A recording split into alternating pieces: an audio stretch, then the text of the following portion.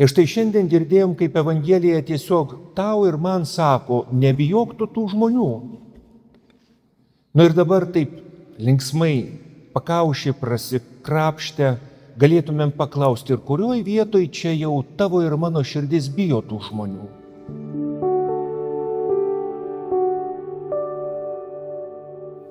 Mėly broliai ir seserys, vėl apmąstydami Dievo žodį prisimenam, kad Dievas per šventą raštą kalba mums ir mes kiekvienas iš mūsų turim savo gyvenimo patirtį. Ir štai kai klausomės, apmąstom, o kaip sujungti tuos du dalykus, ką Dievas sako ir ką mes patys galvojam. Ir štai šiandien girdėjom, kaip Evangelija tiesiog tau ir man sako, nebijok tu tų žmonių. Ir dabar taip linksmai pakaušį prasikrapštę galėtumėm paklausti, ir kurioj vietoj čia jau tavo ir mano širdis bijo tų žmonių. Yra kažkur tai kažkokie dalykai, kur reikia įsiklausyti ir patikėti Dievu labiau negu tą baimę. Žiūrėkit, gal tokie 3 dalykai, kurių galėtumėm bijoti kitų žmonių. Tai mintis, ką kiti žmonės pagalvos apie mus, tai yra žodžiai, ką kiti žmonės pasakys apie mus ir ką jie gali padaryti mums. Ir štai žiūrėkit, jeigu tikrai nuoširdžiai pasižiūrėsim, tai pamatysim, kad iš tikrųjų kitų žmonių nuomonė yra labai stipri. Štai visai nesenas toks pokalbis su gydytoju. Gydytojas sako, štai atėjo jau pagyvenusi moteris ir turi problemų su sveikata. Ir žinoma, vienas iš tokių dalykų yra, kur primiktinai raginimas nuolat judėti, kuo daugiau vaikščioti. Moteris buvo įpratusi sukti savo darže, bet dabar dėl sutrikimų pasilenkus ji darbuotis negali, tad vietoj to, kad krapštytųsi sode, turi išmokti vaikščioti. Ir štai moteris sako, ką apie mane pagalvos, jeigu dabar tiesiog pradėsiu vaikščioti. Eisiu savo gatve, kaimynų gatve, tai ką kiti galvos, kad aš cekavijos, kad aš stebiu, kaip kiti žmonės gyvena, ne, aš neisiu. Juk tai baimė. Baimė pakeisti su mintim, o ką kiti žmonės pagalvos. O jeigu iš tikrųjų šiandien Dievas labai aiškiai kalba Evangelijos pabaigoj, kas manęs išsigins, to ir aš išsiginsiu. Drąsų žodžiai, stiprų žodžiai. Ir žiūrėkit, kodėl prašo Jėzus. Kad kas be nutiktų, mes saugotume santykį su Dievu. Žinom, kad kūne turbūt silpniausia vieta, kurią reikia apsaugoti, tai yra mūsų akis. Juk ypatingai vaikystėje girdėdavom, kai dar neturėjom tos gyvenimo patirties, kad kas be nutiktų, tik saugoti savo akis. Koja nusilauši, sugis, petį susidauši, galiausiai išsinarinsi, atstatys, kas be nutiks, bet štai jeigu įsidursi į akį, gali prarasti regėjimą visam laikui, bus tamsu. Ir mūsų dvasiniam gyvenime tai būtų santykis su Dievu. Kas be nutiktų, ką žmonės be pagalvotų, ką kiti žmonės be pasakytų, ką jie be padarytų tau ir man, kad santykis su Dievu iš tikrųjų liktų tikras, grynas, nepažeistas. O juk, mėly broliai ir seserys, juk galim tikrai, tyrinėdami savo gyvenimo, pasakyti, kad žmonių kartais bijom labiau negu Dievo. Paimkim du paprastus pavyzdžius su šypsena. Štai geras vyras katalikas turi silpnybę, visą gyvenimą rūko. Ir štai klausiama jo, o tu su savo draugu, kuris kartu dirba, jau 30 metų rūkot. Gyvena kaimynuose. Kaip galvoja, kiek laiko kartu prarūkėt ir kiek laiko tu už jį meldeis. Bet kiek laiko už savo geriausią draugą, kuris yra sielos atrama visuose reikaluose. Bet kalbėjai su Dievu apie šitą žmogų. Imkim kitą pusę. O turi moteris geriausią draugę. Ateina kitos draugės, būtinai ką nors apie geriausią draugę. O kiek laiko praleista kalbant apie kitą žmogų, geriausią, negeriausią draugę, o kiek laiko prakalbėta su Dievu, kad Dieve, tu palaimink tą žmogų. Nu jis man brangus.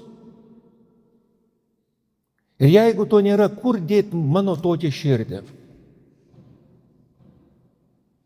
Ir Dievas sako, kad mes naujai pažiūrėtumėm, nes visa tai, kas šiuo metu nematoma, bet yra mūsų viduj, taps matoma. Juk daug dalykų kartais mes patys ir kiti nepadarom ne todėl, kad nenorėtumėm padaryti, bet todėl, kad nenorim, kad kiti žmonės pamatytų.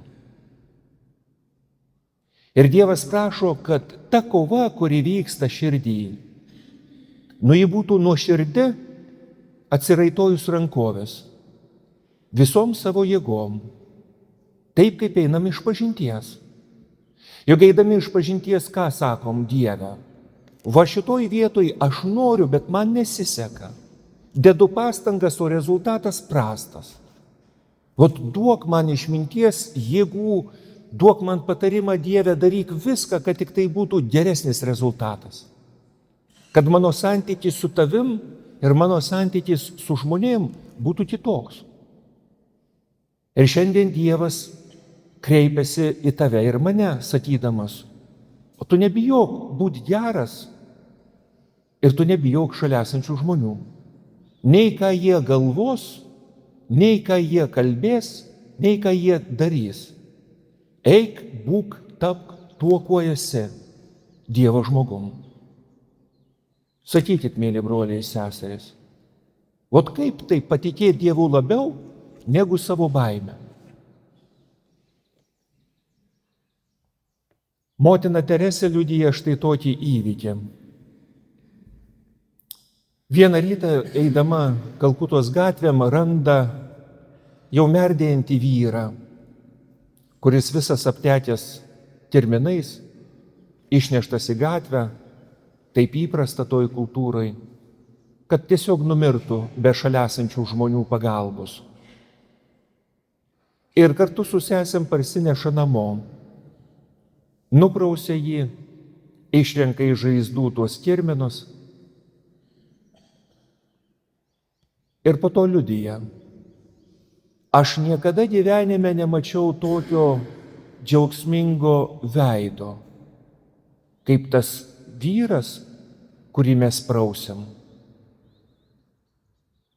Ir pirmą kartą per visą savo gyvenimą patyriau ir suvokiau, ką reiškia Jėzaus žodžiai. Ką padarėt vienam iš mažiausiųjų, man padarėt. Aš buvau ligonis ir jūs manim pasirūpinot. Aš niekada netikėjau šitai žodžiais, nes neturėjau tokios patirties. O va dabar, visa širdim, žiūrėdama į spindintį to ligonio veidą, supratau, va Jėzus yra čia. Ir aš galiu jam patarnauti. Ir džiaugsmas atėjo į mano širdį. Sakykit, mėly broliai ir seserys, o juk didžioji dalis žmonių duotų kokį patarimą šitai besielgiančiai vienuoliai. Ne tavo reikalas. Turi šeimą, turi artimuosius, te pasirūpina. Garantuotai didžioji dalis numuštų ūpą, atimtų drąsą, papasakotų, kodėl greičiausiai tas pats žmogus galbūt gyveno ne taip, kaip reikia, ir te pasiunta žodžiu. O kas atima drąsą tau ir man? O ateina ir atima. Kas paralyžiuoja mano ir tavo širdies gerumą? Galim paimti kitą, linksmesnį pasakojimą. Kai žmogus įeina į dangų, kiekvieną kartą, kai dangui vyksta susirinkimas, praeidami pro šalį, ten yra šventųjų aureolės arba nimbai, tie tokie šviečiantis, nupaišyti apvalūs, tarsi apskritimai virš galvos. Ir kiekvienas šventasis pasiima, užsideda ir jam tobulai tinka, nes jis prisitaiko prie tos galvos. Ir štai vienas mažas angelas, dar tik pradėdamas savo tarnystę, visiškai neatsargiai apverčia visus tuos nimbus sudėtus ir vienas nukrenta į žemę. Ir tas nimbas ieško savo vietos, kur galėtų nutūpti. Pirmiausia, nuskrenda į didelę katedrą, kur susirinkusių žmonių yra gyva galybė, turistų. Stebi ir nemato ne vieno žmogaus, kur galėtų jis tiesiog nutūpti. Skrenda gatvėmis, vėl nemato ir galiausiai pastebi štai tokį vaizdą. Miesto parke ant suolo sėdi senas žmogus.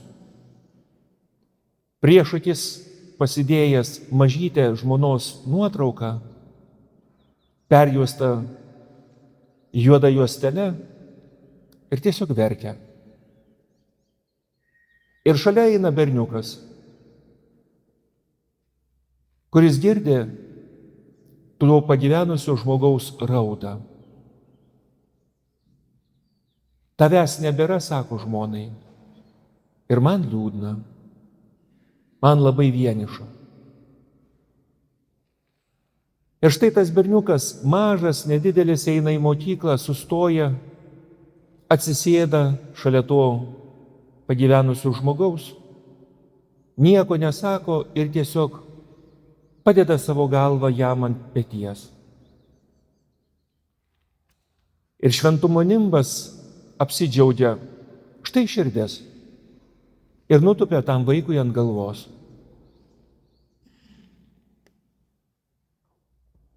Sakykit, mėly broliai ir seserys,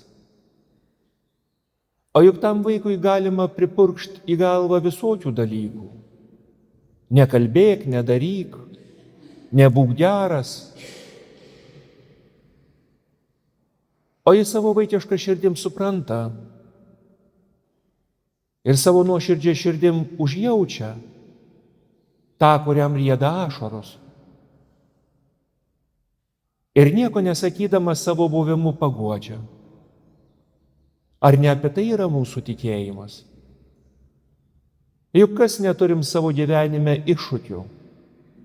Galbūt šiandien, šią savaitę, šį pusmetį neturim rūpesčių, bet jų turėjom ir turėsim. Ir Dievas nori, kad mūsų širdys būtų tokios laisvos.